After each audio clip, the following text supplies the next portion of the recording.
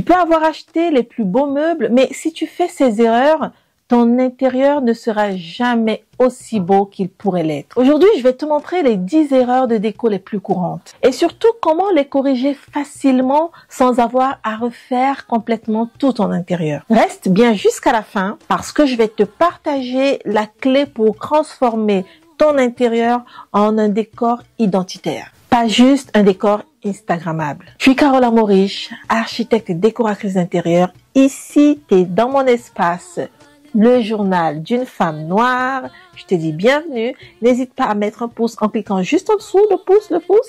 N'hésite pas à commenter et à partager. Et sans plus tarder, c'est parti. Première erreur, tout assortir.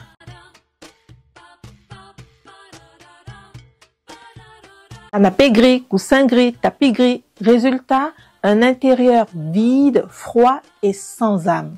Pour corriger ça, c'est simple. Mélange un peu. Par exemple, si ton canapé est gris, ajoute un tapis en fibre naturelle et des coussins colorés ou texturés. Ça change tout. Deuxième erreur, les mauvaises proportions.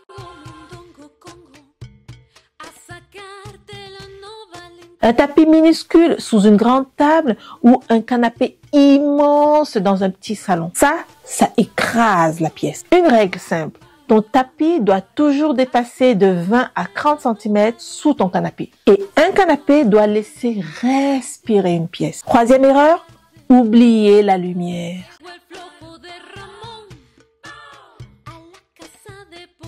Beaucoup de personnes ferment leur pièce avec des rideaux épais ou posent un meuble devant une fenêtre. Le résultat, c'est tout simplement une pièce sombre.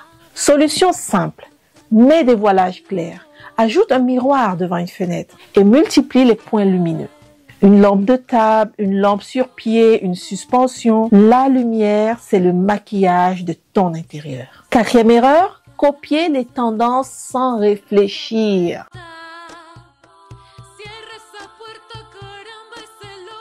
Typiquement, ça ressemble à ça. Tu vois une déco sur Pinterest, tu la copies, mais chez toi, ça marche pas. Pourquoi? Tout simplement parce que ça n'a pas ton histoire. Oui, inspire-toi, mais pense toujours à ajouter des objets à toi. Personnels, historiques, sentimentaux, identitaires. Une photo de famille en grand format, un vase d'un artisan, ou même un objet qui a une valeur affective. Cinquième erreur, négliger les murs.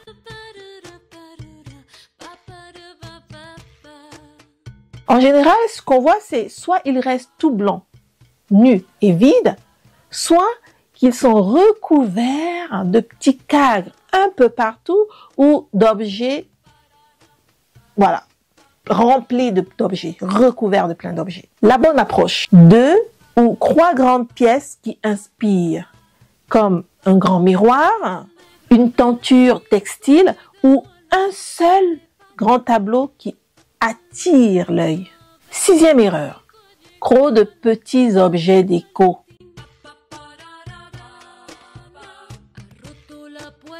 Ce que tu dois savoir, c'est que des bibelots posés partout, plein d'objets qui surchargent une pièce, ça étouffe l'espace.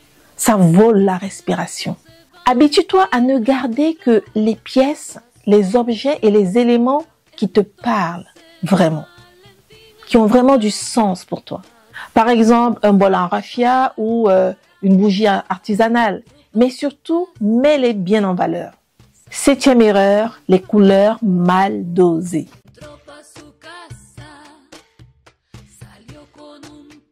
Le tout beige, c'est trop plat. Trop de couleurs aussi, ça fatigue. La règle est simple. Une couleur dominante, par exemple le beige, plus une couleur secondaire, par exemple le vert sauge, et un accent, par exemple le terracotta.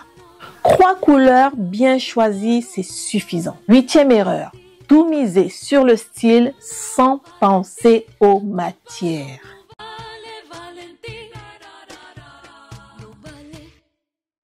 Évite de mettre du plastique partout ou uniquement des meubles industriels. Le résultat, c'est froid. Ma solution, mixe les textures. Bois brut, céramique, lin, métal, mixe. Pas qu'une seule texture, plusieurs. Les matières sont le meilleur moyen de créer et de raconter une histoire à travers la déco de ta maison. La 9e erreur consiste à n'acheter que des meubles neufs et standardisés.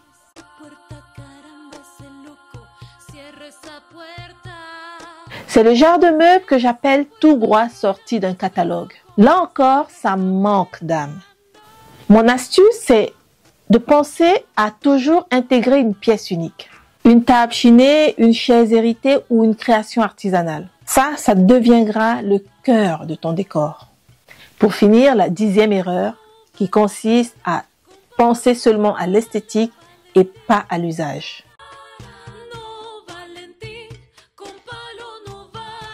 Par exemple, un fauteuil magnifique mais inconfortable. Ou encore une table basse trop basse. Tout ça, ce sont des erreurs qui ne fonctionnent pas au quotidien. Alors oui, ta maison doit être belle, mais elle doit aussi et surtout être agréable à vivre. Et si c'est inconfortable, ce n'est pas tenable, ce n'est pas durable.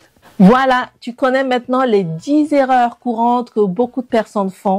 Mais au fond, la vraie clé, ce n'est pas seulement d'éviter les faux pas, mais c'est d'apprendre à créer un intérieur qui raconte ton histoire. Et ça, c'est exactement ce qu'on fait dans l'école intérieure. Chaque semaine, je t'apprends à poser les bases d'un décor, d'un intérieur identitaire qui te ressemble, pas juste un décor tendance. Le lien est juste en dessous, dans la barre de description. Rejoins-nous pour transformer ton intérieur en langage personnel.